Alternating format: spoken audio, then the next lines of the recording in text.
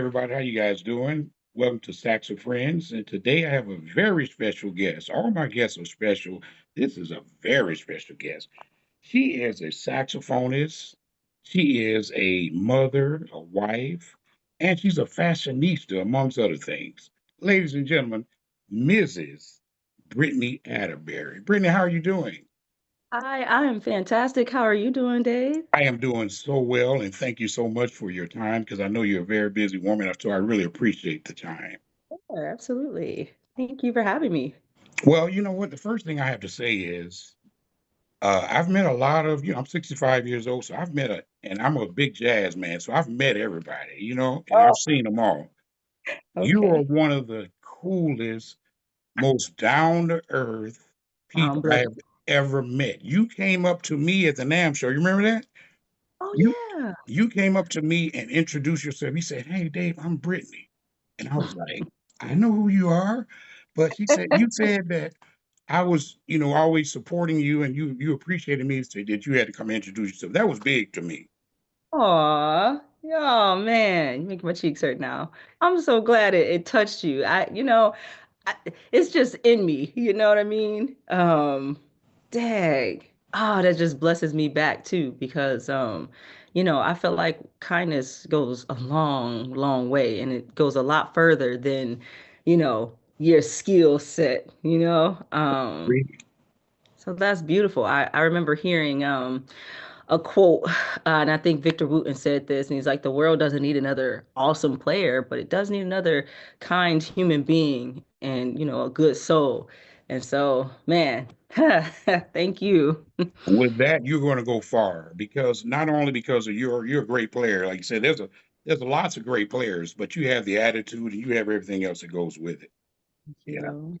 Oh, So appreciate now, since you know your latest uh project nostalgia, which is so awesome, I really love it, it. and so since we're talking about nostalgia, let's start over again.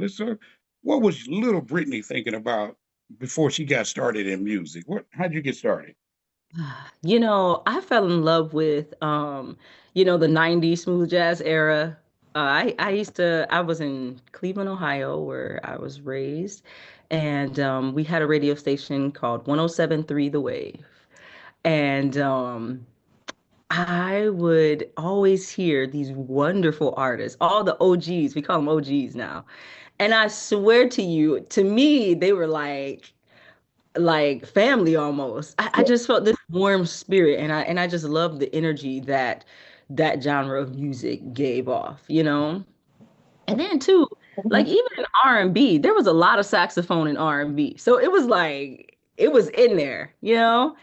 So I don't know. I loved it. And I remember I I have like three influential people, but number one had been Dave Koz because every time I saw that man, he was just smiling and happy, smiling.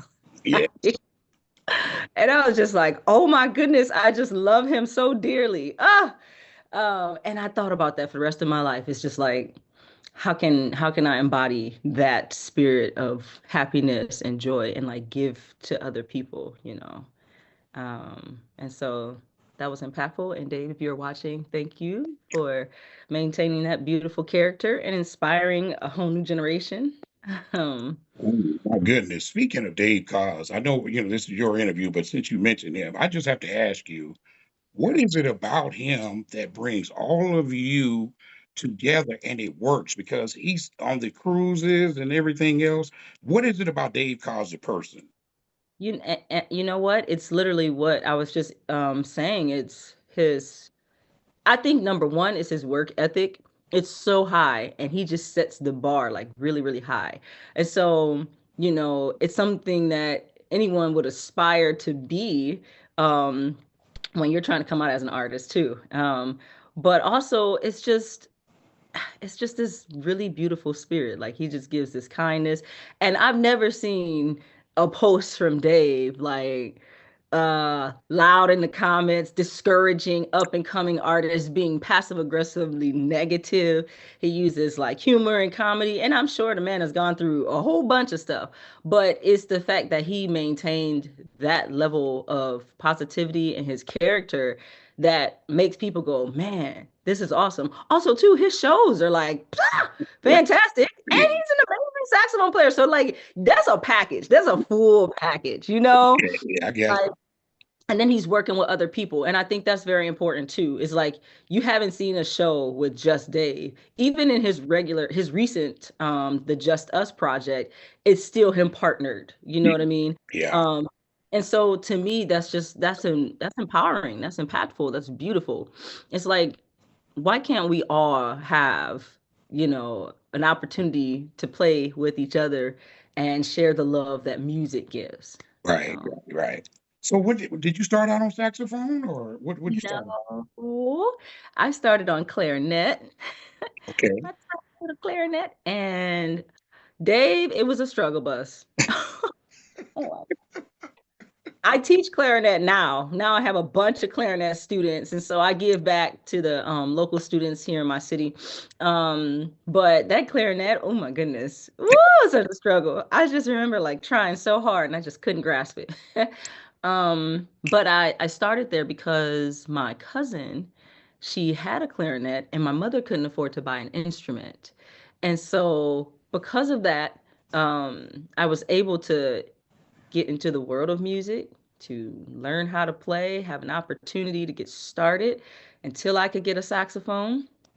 And I played that all the way through like fifth grade until I got to high school, right? Fourth grade.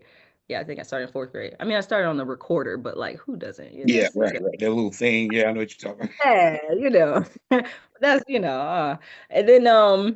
and then when I got to high school, my band director goes, "Hey, we need to fulfill some other instruments in the band. Or would you be interested in switching?" And I was like, "Yeah, can I switch to the saxophone? I want to play the saxophone so bad, please." And they had like rental instruments and stuff. And so he's like, not quite yet." So I had to play the trumpet. Oh. Okay. Because they needed trumpets for marching band so that it can project into the stand. So I actually played trumpet and was pretty darn good at it.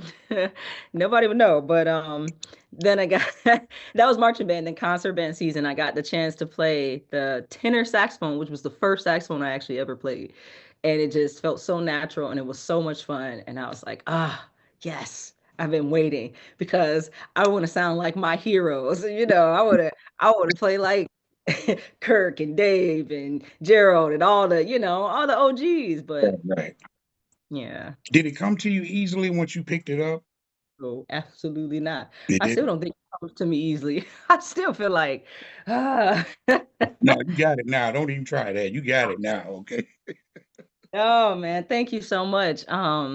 It took a lot of work, and it was just different stages. So when I first started really sitting down and taking it serious was college, really, where I had a professor, Dr. James Kalin from Oberlin Conservatory, who like just blew my mind. Like I had other music teachers before him, but when I got to him, he was so hard on me. Like he'd have this mirror propped up. He'd make me stand in front of the mirror and he'd be like, look at your arm, sure. Look at your, how are you standing? Like, how are you playing? Like, pay attention to your fingers, all that. And I would just be standing there crying my eyes out. Oh my God.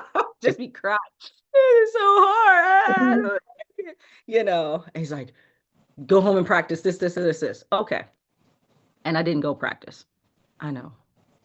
I know. How often, we're supposed to practice this stuff we're supposed to practice. We don't want to do it. We don't want to do it. Go play your Amen. long tones. How often do you play long tones? I don't want to play long. It's boring. I just want to. And Oh my God. I don't know. And then I was like, you know what? Long tones are absolutely 1000% important. Even today, I still practice long tones, and you just hear different things as you grow, that you might not be aware of. You're like, okay, these notes are solid, full, and in tune. These notes up here, when I hit them, I have a tendency to bend it, or I'm overblowing that note, which is giving it this different color, which is okay if you're trying to purposely do that. But you need to first focus on just playing it even and clear and do the boring stuff set your tuner, your drone, your metronome, and just zone out and breathe, you know. And to that tone is what you're looking for. And then record yourself doing that and listen back and go, oh, I didn't realize I was, oh, okay, well, let me work on this now, you know? So it's like fine tuning to, improve your skills as you go. And overtones and all that good stuff, all that stuff that's boring, like you said, it's like, and it sounds horrible, but Oh the my neighbors God. don't like overtones. Okay. Oh, honey. You try to hit that low B flat and then see how high you So go. you, My yeah. one teacher gave me this thing and he was like, I want you to play a song using just the overtones, a couple different songs. And I was like, um, I'm gonna try my best. Okay, I will put forth an effort. And that's all I do. Always put forth at least my best effort, even if it's tough. So, Brittany, let me ask you, how old were you when you got your first paid gig? Mm. Because you're a pro once you get paid, in my opinion. Once you start making money, you're a pro. You make, you know what I mean? So when did you? Let's see. I can't even really remember, but it was a long time in. It was, well, okay, maybe when I first started college. I Okay, first started.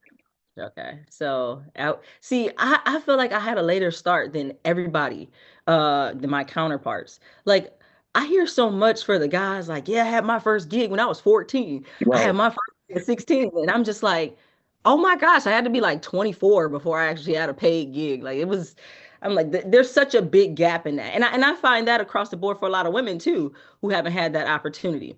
So even with my students, I have some really young students, some fifth grade, and I'm like, hey, I have a paid opportunity for you. And I worked with this other lady where we did a recital or whatever, but we had an opportunity for them to play some music and get paid. And I'm just like, man, there's such a gap. Is there a way for me to give back and help young girls, experience with it? She's like, what's a gig? What do you mean a gig? What is that? Like, oh gosh. Because they don't know. They just know practice, play, and band. That's it. Yeah.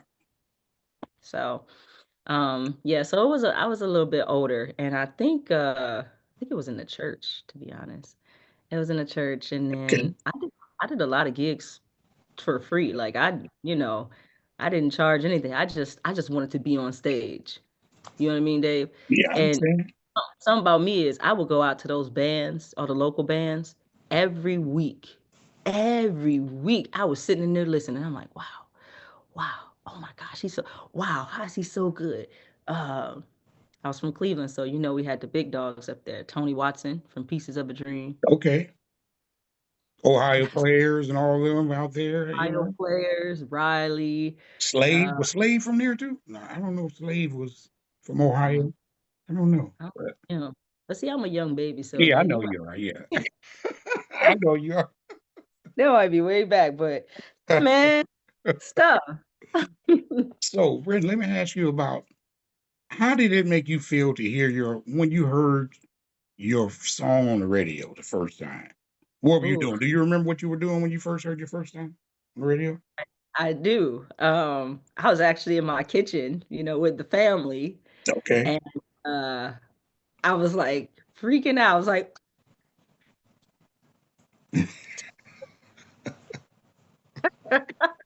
it was exciting. And then also my cousin, she heard me on the radio in her city and she like recorded and she sent it to me and I was just like, I was in tears, because that's a huge thing. I will never diminish that. I know so many people would love to have that opportunity that may not have it. And I'm just extremely grateful. I'm extremely grateful. It's been all the local radio stations. I haven't yet had the opportunity to be on Sirius XM. I just fingers crossed, pray about it. I don't know. Nobody knows. I But think you've been on there, haven't you? You've been on there, I believe. You haven't? no, never. That's the thing. That's As crazy. As good as you are and all that, but that's a whole different story with this that's a whole different story. radio play and streaming. That's a whole different subject there in it, though. You know what? I'm glad you said that because there's one thing to learn your instrument and to, keep developing your talent. But then there's another thing to learn like the industry and some things you just don't know until you find out like, man, this is really like this or and for me, because I'm just naturally a good-hearted person, when I see certain things that are just like way left, I'm always like, why is it this way? Like Yeah. it doesn't have to be that way. There's room for everybody. There's so much good talent out there, and I just appreciate the music. I love artists, so that's my thing. I just kind of like, whew. Understand? Yeah. Well, you know what? Let us go ahead and listen to some nostalgia right quick. Let's check this Woo! out. Hey, you're listening to your girl, Brittany Atterberry. This is Nostalgia.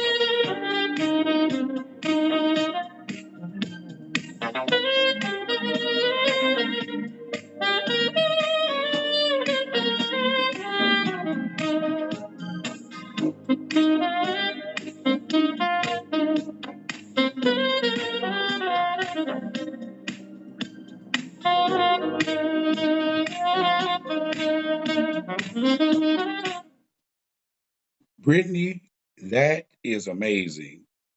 That is amazing. Talk to me about that. How'd you write that? What was your thoughts on that? And so, I had spoken to my producer, and I think I made a post about how I just loved Michael Jackson as a little girl. He was my inspiration for music as a whole, you know. And also Michael to me had just such a beautiful spirit too. He's always about giving back to children and giving back to like charities and like donating and healing the world and all this stuff. And I'm just like, yes, absolutely. We need more world peace, especially today. Oh my goodness, with all the political stuff, it's just, um, so when I talked to my producer, he was like, yo, I know you're gonna love this. I got this sound. I've been thinking about you. And I was like, well, what is it? And he's like, check this out.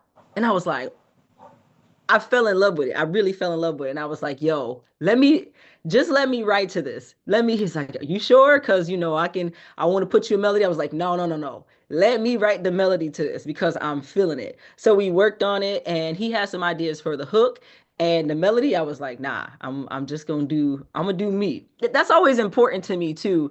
Um, as an artist, I know a lot of people when they're writing songs, they might have other people write it or have a certain structure or I don't know whatever their process is.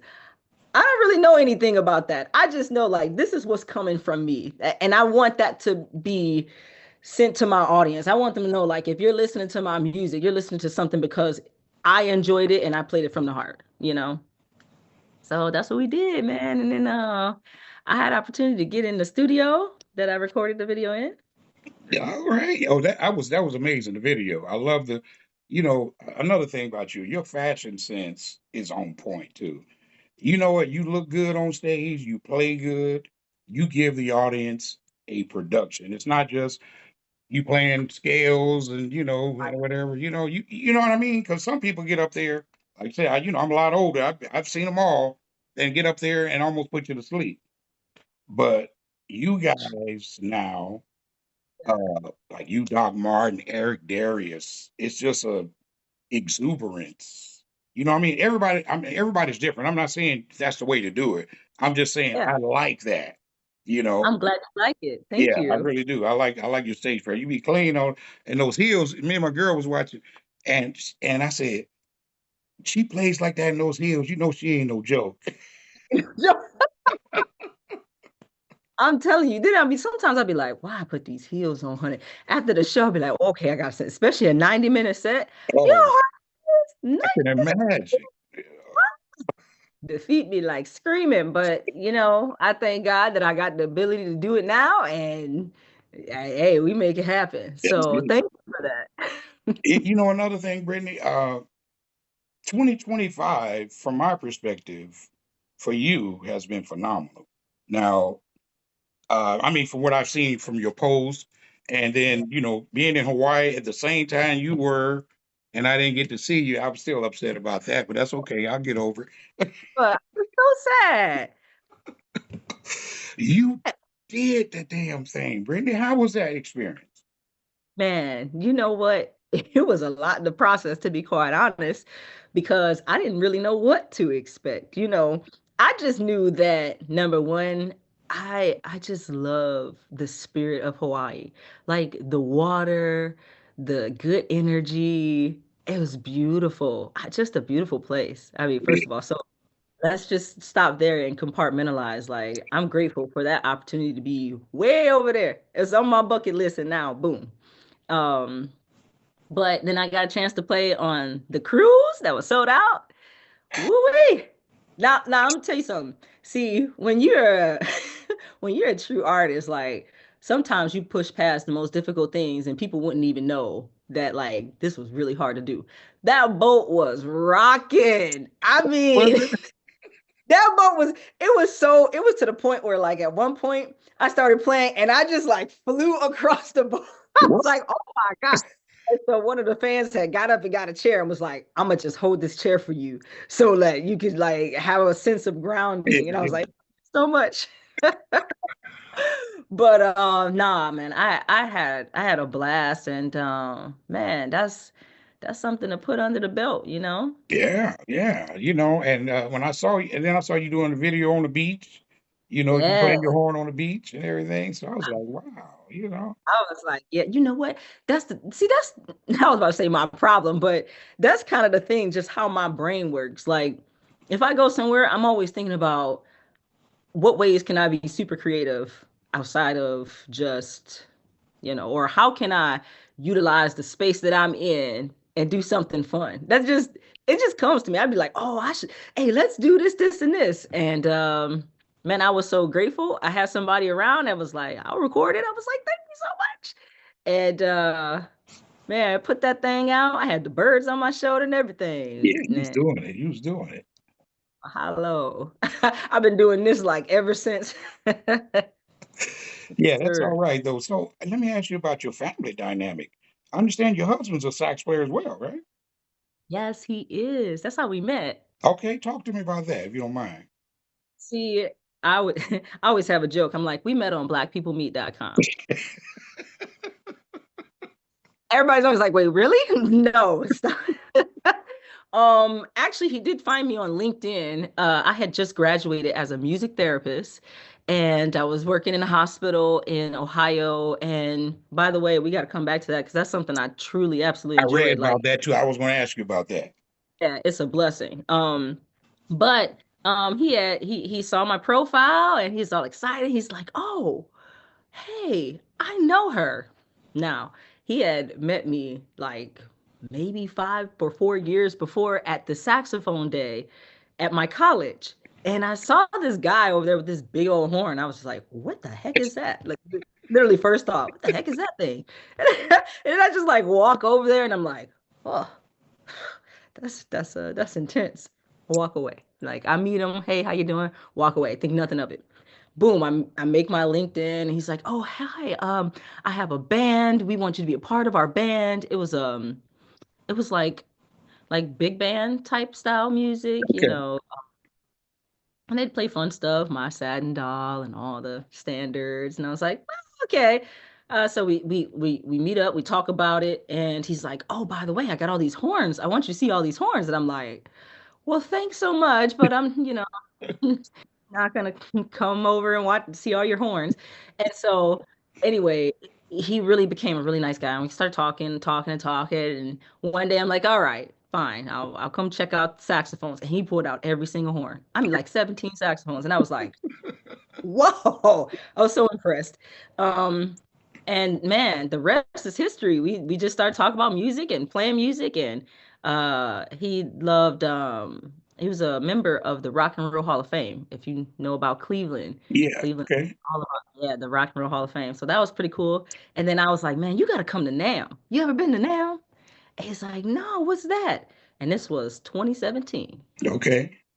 2017. NAMM was, man, I met so many people that year. I saw Whew. you. I saw you there. I wasn't there, but I saw the video of you playing with. I don't remember who you were playing with, but you were at the Jody Jazz booth or somewhere, Yes. and I saw Yes. it. And you know, I was like, "Who was that young girl just getting it in?"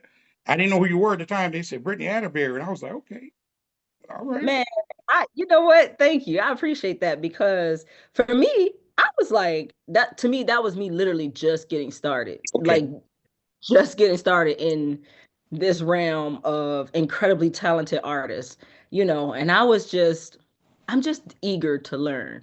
That's my spirit. I'm eager to learn and I want to be around the thing that I love the most. And so I gravitated towards it and I was like, wow, they're doing jam sessions. I don't even know this song, but I'm gonna go figure it out. And that's what we did, man. Like I said, I met some cool people, some saxophonists. I got to get on stage. I had a lot of endorsements that year. Legier Reeds and Theo Wani and Dave Gardala next straps. And I think I was with what saxophone company? There's a lot of different ones, Right, honestly, kind right, of yeah, right, right. yeah, but it was just cool. Oh, I started off with Antigua Winds. Antigua. I And so we remember had that.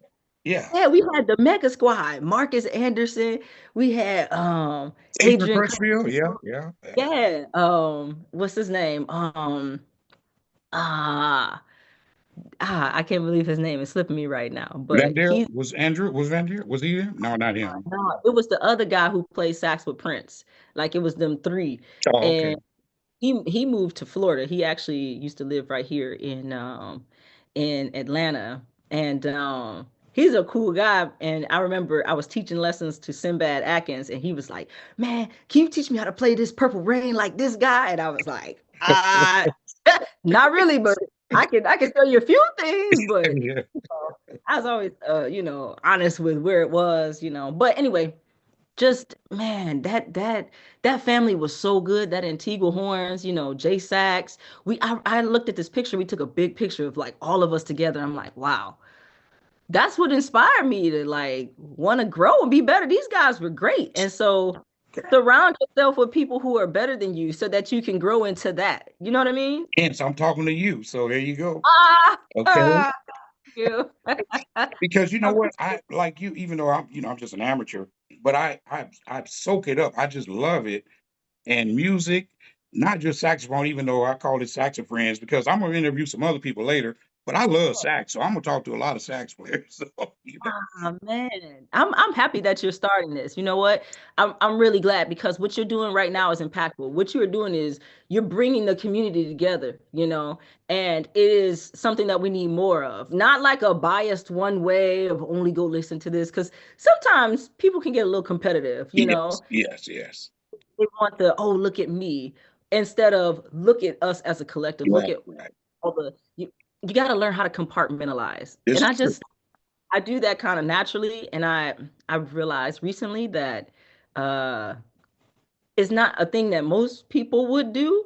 They kind of could get offended or maybe envious of someone with a big personality, right? Yes, yes. Uh, there's a lot of insecurity in the music industry in itself. And so for me, I don't look at things that way. Like I'm telling you, sometimes I'm kind of like naive to what everybody else might see because I don't see it that way. I just see it as like, wow, look at this collective of just greatness. Yes. This person sounds like this. Like his thing is this. And I can appreciate that, put that in a box, put the top on it and be like, all right, Right. this is cool. While meanwhile, this is also cool. And this does not take away from this, you know? I That's just understand. that's how I saw it growing up. When you saw the OGs, man, everybody had some sauce that they That's it. brought to That's it. it.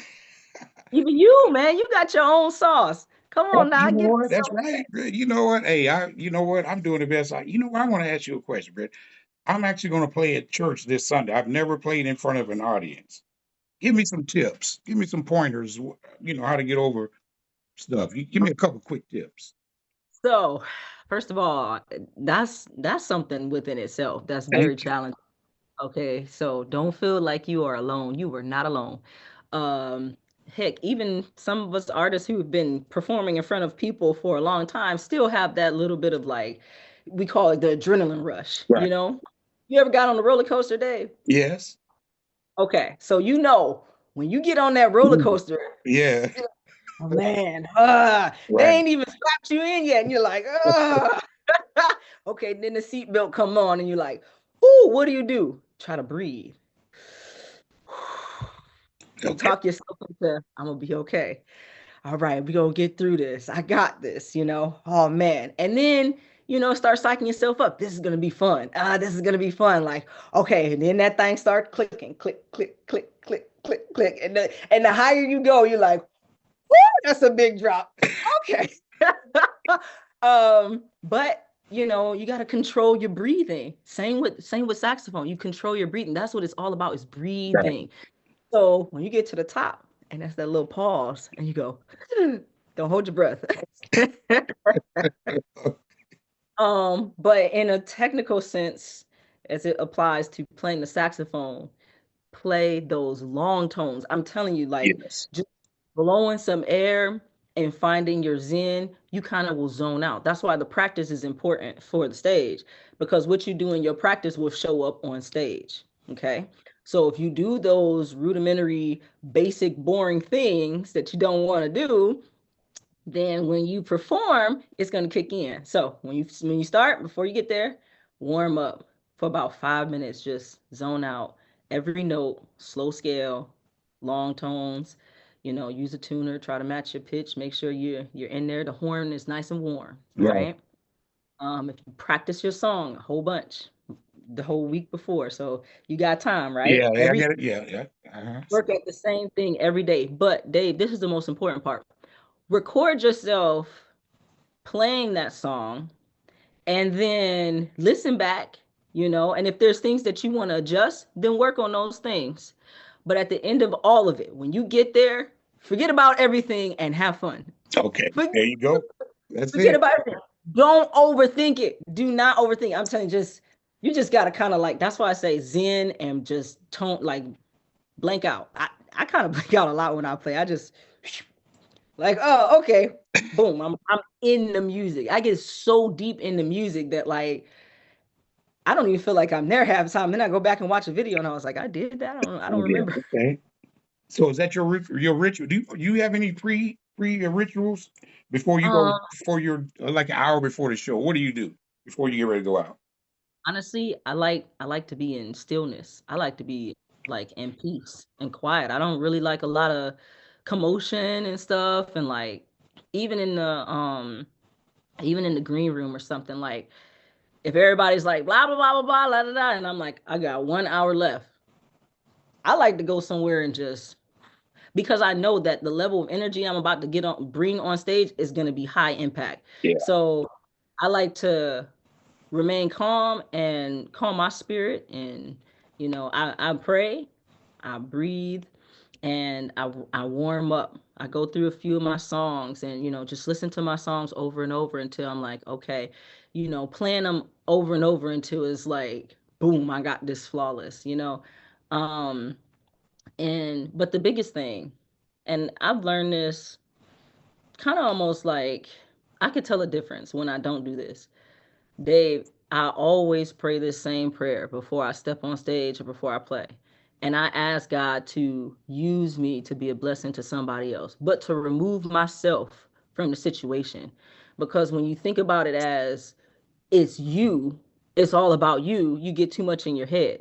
When you think about it as, who can I bless with this music spiritually, and touch somebody else and be a good thing for their life. You don't know what somebody's going through. Somebody might be really going through it, like hanging on for dear life. Yeah. And so, I'm trying not to get hanging on for dear life. And so when you remove yourself and you ask God to use you, then it's like well, it's not about you anymore. You can't even really be in your own head or be upset or so nervous that, when you focus too much on self, that's where all this stuff starts coming in and it starts affecting you.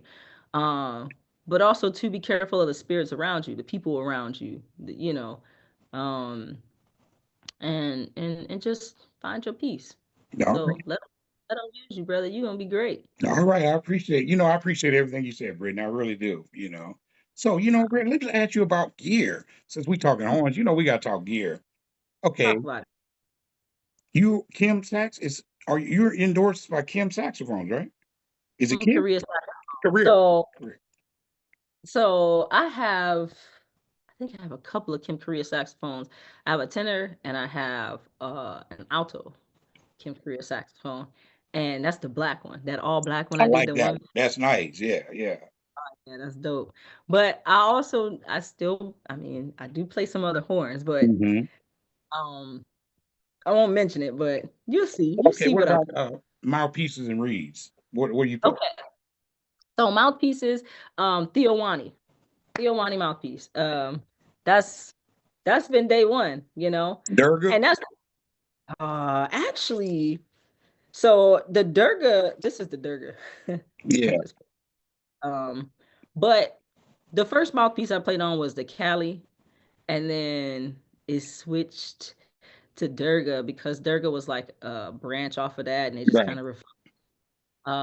But I have the Fire, I have the Durga 5, and on my tenor, I got a mouthpiece that was like this combo of Theo Wani and another person, Matt, from West Coast Sax, and they don't make them no more. Like Yeah.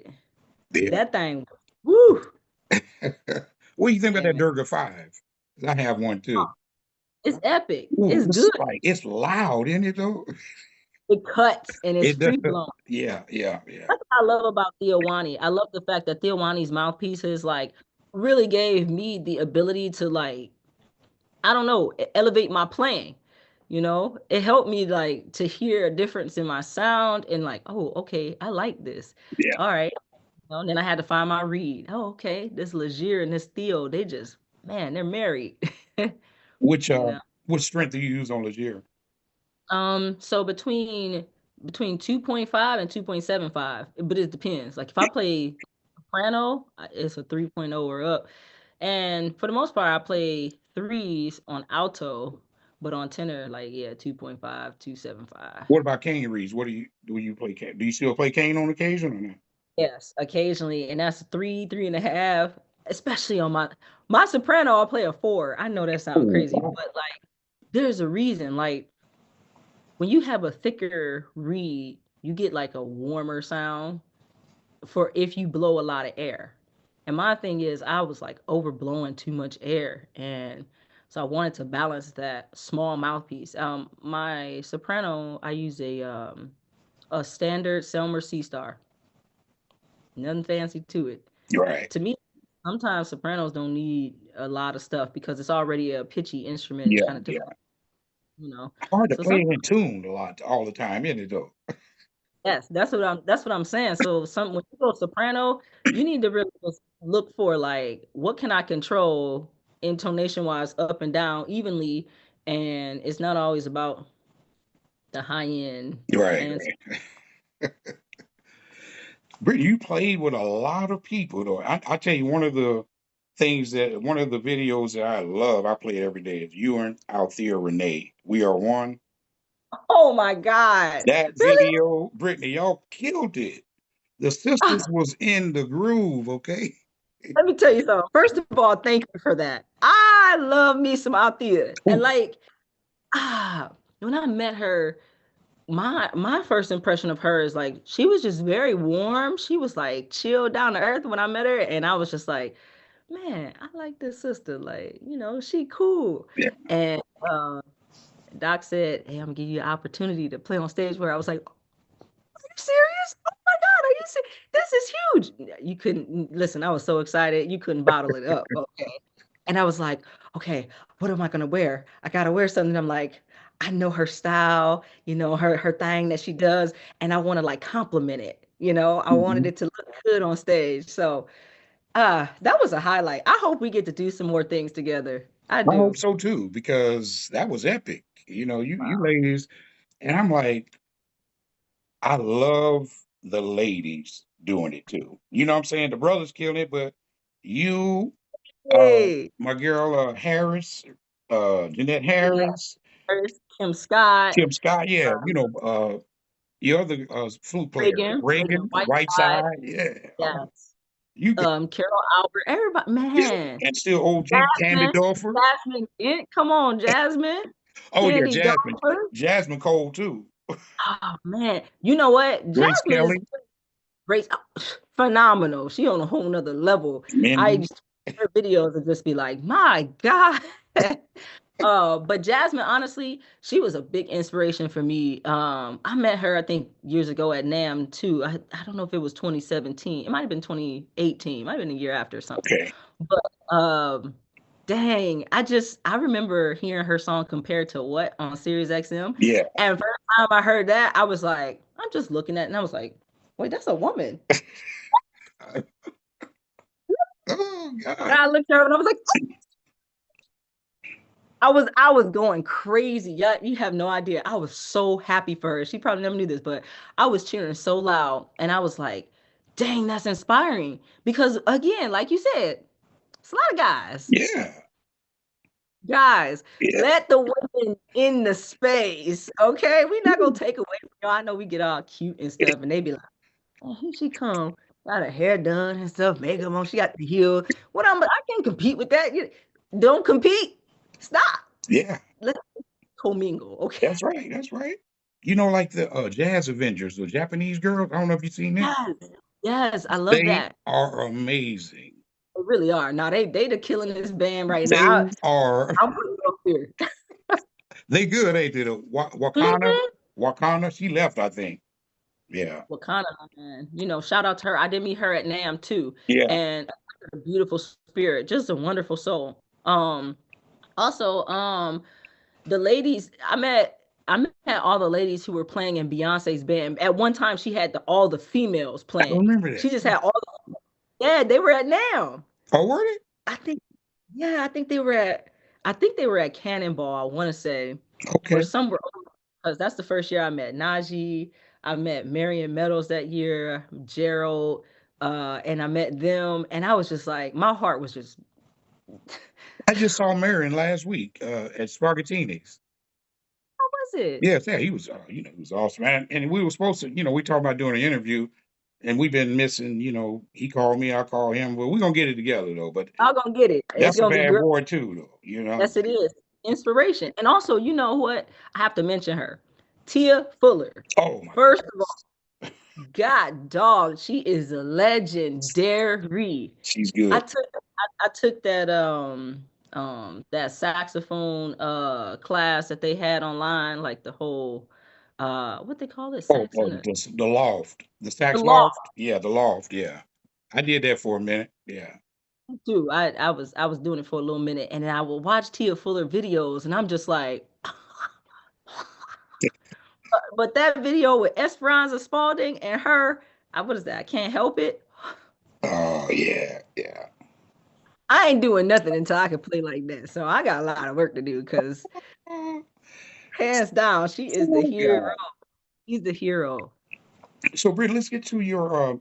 I had read that you do music therapy in hospitals. Talk to me about that.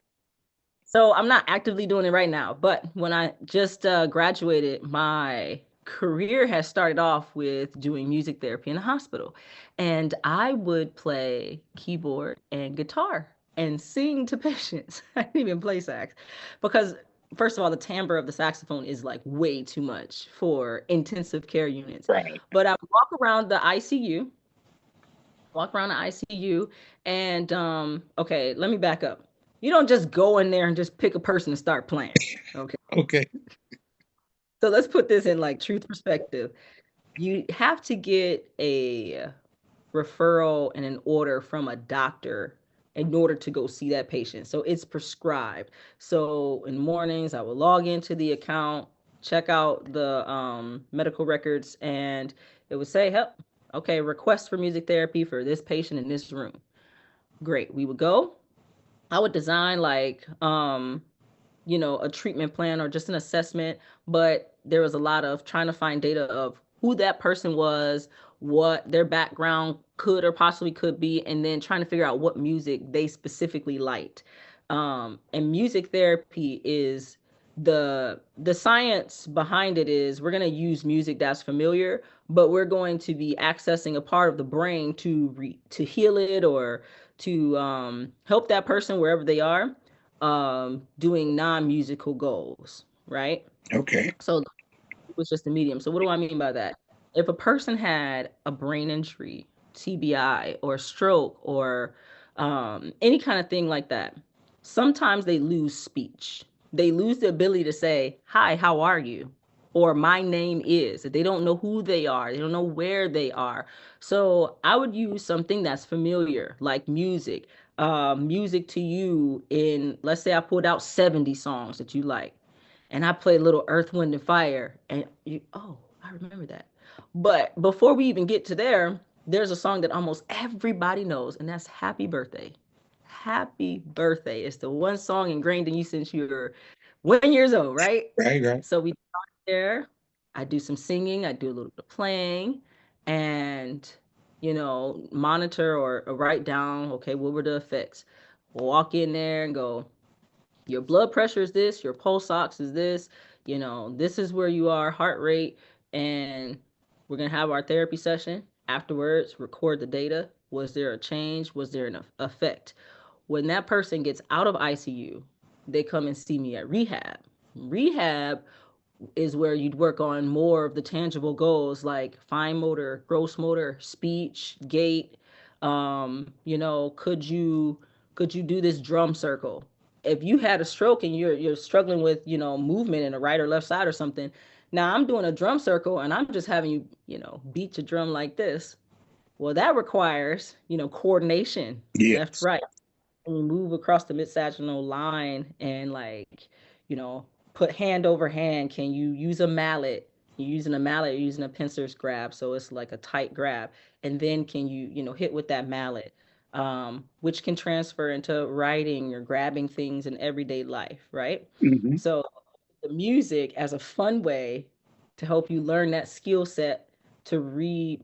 What it is your brain, your neurons are like creating this new neural pathway, right? So this part of your brain is damaged, but you need to still access that information. So now these neurons are firing and going across different axons, and they're just like, boom, okay, we got a new route, we have a new pathway to access that information, even though this part of the brain was damaged, right?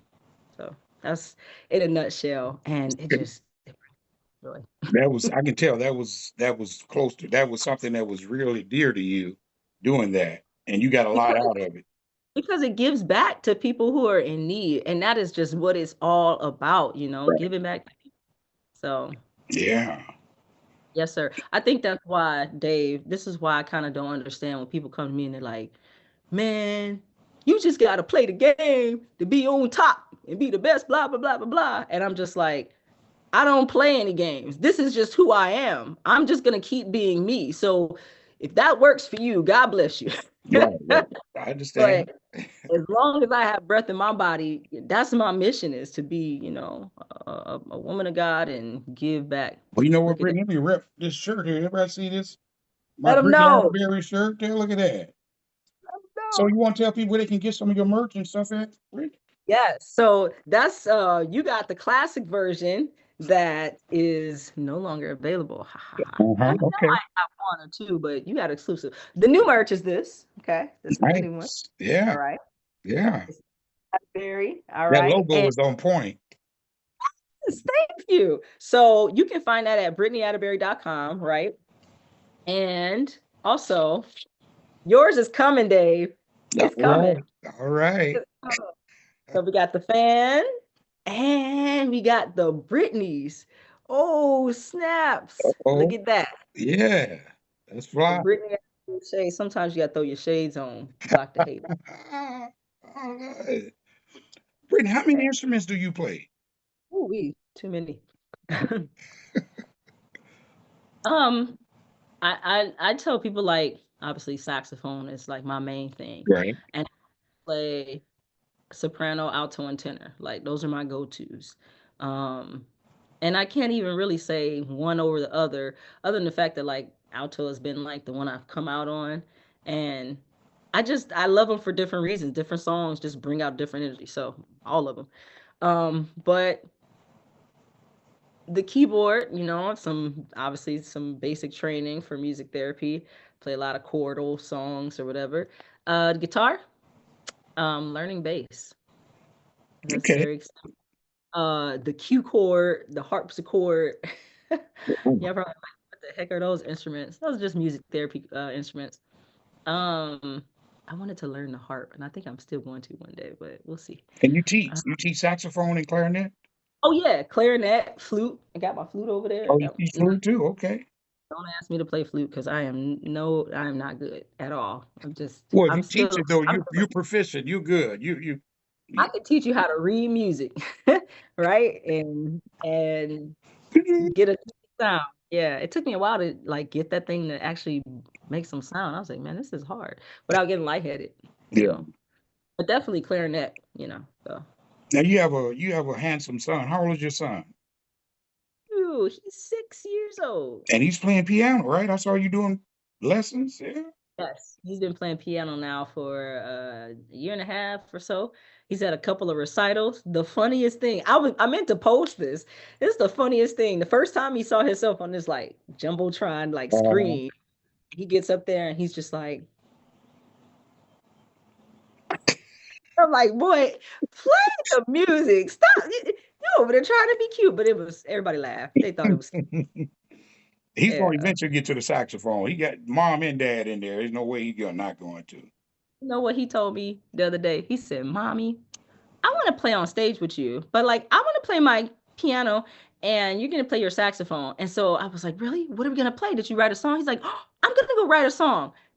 I'm telling you, he was so motivated. He went upstairs to his room and he took his iPad and put it on the voice recording memo and recorded himself. I don't even know. He picked this sound that was like perfect because it literally had like a sustain pedal on it with like strings and like swelling and it just had this mood and I was like, wait a minute. I didn't know you had that in you. And so he's like, I mean, can you put your saxophone to this and record? And I did, and I sent him the song. I was like, what do you think? Like, I love it so much. Oh, that's amazing. Yeah, Gotta keep developing that though. We working on it. that's it. Well, Brittany, I'm going to get you out of here in a minute here, but you know what? This has been such a wonderful conversation. I really appreciate you. And I want to ask you, where do you see yourself in 5 years from now?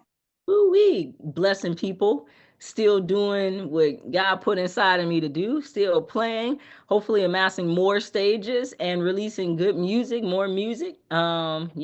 Just keep on keeping on. That's Ain't no stopping us now. You know what? I tell you what, I appreciate your hustle, baby girl. You be getting it. You know what I'm saying? You doing what you need to do. And you got your husband, he supports you all the way. Does he Yes. does he have his own career playing too? He plays out big band or what does So he do? we played together at the Carrollton Wind Ensemble. And that's just like a community band. We have so Okay. much fun. We've gone out and played in Italy. I think they're going some. They might have another trip planned up, but they just had a concert, the music of John Williams on Saturday, which was epic. Okay. And then we have our spooky concert coming up, Halloween concert. But other than that, he plays just recreationally. He's a software engineer, so. Okay. All right.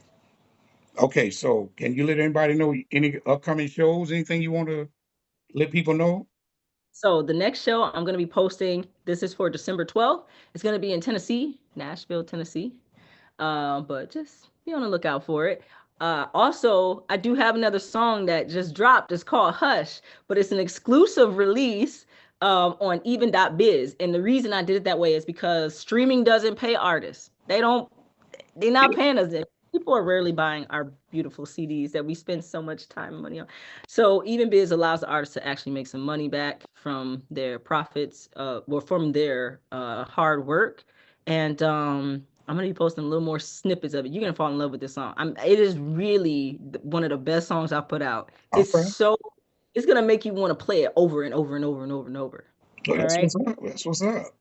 So, how can people get all your socials? Yes. So you can go to BrittanyAtterberry.com. You can type my name in the social bar. I should pop up Instagram, TikTok. I like doing lives on TikTok. I'm gonna be starting some more back up pretty soon. Come check me out over there. I like to play a bunch of different covers and just connect with people and have a good time. And be on the lookout for the new album that's coming at the top of the year. Will do. Thank you so much, Brittany. I really appreciate you. I hope to see you in NAMM. You'll be there in January, right? God willing. I don't know. We'll have to see. We'll Okay. see. God willing. All right. But this has been a blast, and I really appreciate you. And we may have to do this again some other time. Let's do it again, Dave. Anytime you need some help, I'm willing to support you. I'm proud of you. Thank you for doing this, and keep going with your music. And listen, if you need anything, hit me up. Let me I know. will Yeah, definitely do that. I really appreciate you, Brenda. Okay. Ladies and sure. gentlemen, this has been the Saxofriends podcast. My guest, Mrs. Brittany Atterberry. Thank you so much, Brittany. Take care. All right. Bye bye. Bye bye.